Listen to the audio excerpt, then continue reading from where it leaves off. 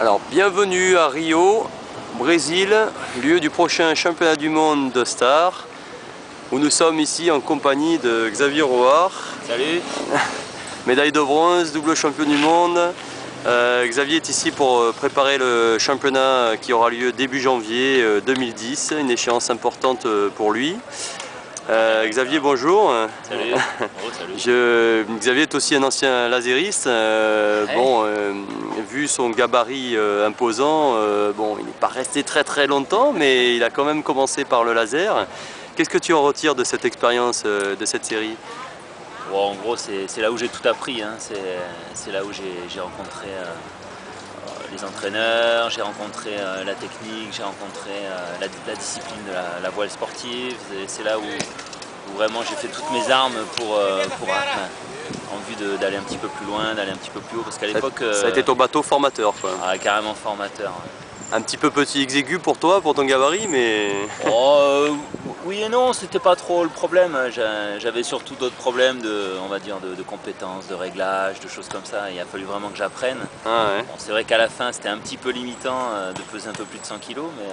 Et de la série, qu'est-ce que tu en as retiré? Le bateau lui-même, Le bateau, la simplicité, la monotypie? moi, c'est ce qui m'a vraiment fait aimer ce bateau.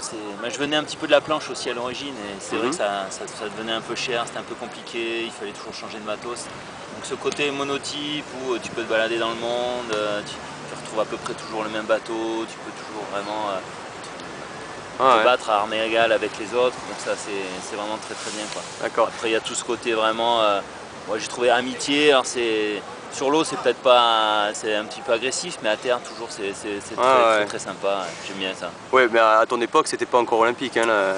C'était pas encore olympique, ça a changé c'est un petit peu sûr. les mentalités, hein. Ouais, non, je pense que quand je les croise encore, il y a toujours ce petit côté un petit peu, c'est quand même assez sympa, quoi. Ouais, et puis la série est assez jeune, mais Jeune, parce que bon, ouais. en fait aujourd'hui tu fais du star après un passage en fine où tu as brillé notamment. Et aujourd'hui on constate quand même que la classe de stars sont remplie de plus en plus d'anciens laséristes qui viennent t'embêter. Est-ce que tu trouves qu'il y a des qualités communes qu'il peut y avoir avec le star? Bien sûr, ouais, Ouais. c'est évident. Bah, déjà, c'est deux bateaux, donc c'est normal. Mais après, il y a toute la gestion, on va dire, de la technique pure, de comment Ouais. faire avancer le bateau, c'est très proche. Ouais. C'est juste la dimension puissance était supérieure, puisque bon, Ouais. c'est un engin lourd, il faut quand même tu peux pas le maîtriser comme un laser, tu peux le maîtriser quand tu es au rappel. Ouais. Mais par contre, dès qu'on est au portant, ça glisse comme un laser, quoi. Ouais. Donc là vraiment, dès qu'il y a plus C'est ce de que disent beaucoup de 7-8 laséristes. nœuds, ça glisse comme un laser, quoi. Ouais, c'est étonnant ça, malgré la superficie, le poids du bateau, la taille de la voile. Ouais, mais bon, la carène est assez planante, ça va Ah ouais. bien. Il faut juste être un peu plus fort parce qu'il faut tirer dessus, quoi. Eh ouais, C'est ouais. tout. Alors ici tu t'entraînes avec, entre professionnels, hein, puisque à ce Ouais. niveau-là on peut parler vraiment de professionnels, avec Robert Scheidt, Yann Persy entre autres. Comment se passe cette collaboration qui n'est pas toujours évidente, je crois, hein? Bah si, c'est relativement cadré, sans qu'on se le dise vraiment. Donc il y a des moments de rencontre comme ça où on a chacun des intérêts communs à échanger. En gros, on échange nos vitesses sur l'eau. Ouais. Quand on est sur l'eau, on est à fond, on cache rien. On tire dans les sangles, on met toujours les voiles qu'il faut, Ouais. on se met d'accord sur 2-3 points comme ça. Par contre, on n'échange pas tout, c'est-à-dire le développement, Du matériel le entre autres. Ouais. matériel, la tactique, la Ouais. stratégie, toutes ces approches-là sont très Vos individuelles. collaborations, elles se passent essentiellement sur l'eau, quoi. À Sur terre, l'eau, il n'y a pas de débriefing commun il n'y a pas ou de quoi que ce soit. débriefing, il n'y a pas de... Après, il y a Ouais. quelques groupes qui arrivent à faire ça sur des périodes assez courtes Ouais. de 2-3 mois, Ouais. mais C'est toujours délicat, hein. c'est un peu délicat. Ouais. Alors ici à Rio, bon, on a les plages, les vagues, les belles filles, mais bon, quand on regarde le plan d'eau, on s'aperçoit qu'il y a aussi des effets de site, du courant, tous les dangers de la voile sont réunis un petit peu sur cette carte postale idyllique là. C'est un plan d'eau formateur, Rio? Je crois qu'il faut être avant tout formé avant de venir ici. Ouais. C'est à la fois un plan d'eau, c'est l'Atlantique, hein. Ouais. Donc vraiment voilà, beaucoup de courant, beaucoup d'effets, beaucoup de nuages, des dépressions, il y a beaucoup de choses qui passent, beaucoup de houle. Et après, c'est un plan d'eau méditerranéen parce qu'il fait chaud. Ouais. Donc il y a beaucoup de relief, il fait très chaud, donc il y a beaucoup d'effets thermiques, il y a des effets comme ça de Méditerranée qui sont vraiment typiques, quoi. Ouais. Et c'est un sacré mélange de tout ça. Et en plus, on a baie extérieure, baie intérieure. Ouais, Donc ça fait à nouveau, après, c'est presque un lac avec une énorme rivière qui passe au milieu. Voilà, ce sera évidemment le site des prochains Jeux Olympiques après Londres. Ouais. Et ça me fait penser un peu au plan d'eau de Sydney. J'ai l'impression qu'il va falloir passer beaucoup de temps ici pour s'apprivoiser le plan d'eau. En tout cas, non, qu'est-ce que tu en penses? Bah, disons que il y a une telle demande technique et une telle demande tactique stratégique de ces deux situations bien spécifiques qu'effectivement, le plus de temps tu passes ici, le mieux tu te portes et le mieux ton matériel sera adapté, quoi. D'accord. Alors ici, vous êtes accueilli au Yacht Club de Rio, qui est un club très sélectif. On a eu l'occasion de passer, d'être invité, puisqu'il faut rentrer sur invitation, devant un gardien, tout ça entouré d'une clôture électrifiée, c'est très impressionnant. Il y a 2 salles de musculation, des piscines, des restaurants, qui est le haut lieu de la bourgeoisie brésilienne. Et est-ce que ça aide, ça, tout cet environnement, à ton avis, pour l'entraînement?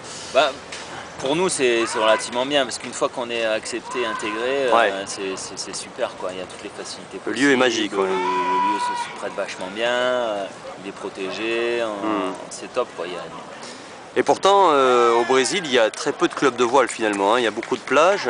Et quand on regarde globalement les résultats des décennies passées au niveau olympique, bon, on se rend compte que le peu de coureurs qu'ont les Brésiliens, ils ont apporté énormément de résultats par rapport à nous, nos structures qui sont dans un système complètement différent, très politisé évidemment, pris en charge par le gouvernement. Pourquoi il y a telle différence? Est-ce qu'ils n'auraient pas une autre approche du sport, peut-être plus individuelle, plus responsable? Qu'est-ce que tu en penses, Xavier? Bah, quelque part, je sais pas trop s'ils ont beaucoup réfléchi à ça, mais c'est un état de lieu, quoi. C'est-à-dire, ils sont tous dans le même lieu. Ouais. Quand tu fais de la voile à Rio ou quand tu fais de la voile au Brésil, en gros, tu peux aller que dans 3-4 endroits. C'est vrai que c'est souvent des gens un petit peu aisés, ce qui aide quand même pas mal dans notre foutu sport, parce qu'il y a quand même un petit peu d'argent à mettre. Et après, ça fonctionne un peu comme nos écoles nationales ou nos pôles France. C'est-à-dire ils sont tous dans un même lieu. Ouais. Et là, par contre, ils échangent énormément. Ils échangent énormément entre les séries? C'est incroyable. Ouais. Entre ceux qui font du match race, ceux qui font du snipe, ceux qui D'accord. font du laser, ceux qui font de la planche. Ils sont tous sur la même cale. Ouais. Et tous les soirs, ils discutent, ils boivent un coup ensemble, ils échangent sur ce qu'ils ont fait. Et ils s'invitent les uns les autres à changer de bateau, à changer de support. Et en fait, je crois que c'est vraiment ça leur secret. Mais j'ai l'impression aussi qu'ils sont pas obligés de le faire. C'est un peu une démarche souvent personnelle. Souvent, ceux qui font de la voile, ils sont souvent issus d'une famille aisée, et donc ils pourraient faire autre chose, quoi, hein, à l'image de Robert Scheidt qui aurait très bien pu faire de la Formule 1 ou du tennis comme Kuerten, qui a choisi le laser tout seul parce que, bon, je ne sais pas pourquoi, parce qu'il était sûrement un copain avec un autre voileux, et puis qui, à force de courage et de ténacité, est arrivé au plus haut niveau, quoi. Ouais, c'est surtout ça, c'est que par contre, une fois qu'ils se sont mis, j'ai l'impression que c'est des fous du travail et c'est des fous du sport, quoi. Ouais. Et on peut le voir sur la plage, on est ici un dimanche, ça court à droite, ça fait du volley à gauche, ça surfe un peu plus loin, c'est assez magique. Et ils font tous de tout. J'ai assisté à un entraînement d'une équipe de hand, on aurait dit que c'était une équipe de beach volley, quoi. Ah oui. Impressionnant, ils étaient aussi forts au beach volley qu'au soccer, mais au beach soccer. Ils faisaient un peu de rugby, ils ont été surfer. Moi je suis resté c'est le culte du corps qu'on peut retrouver ici, hein, et puis le culte du plaisir, de la passion, du sport. Tout est vraiment bien associé, quoi.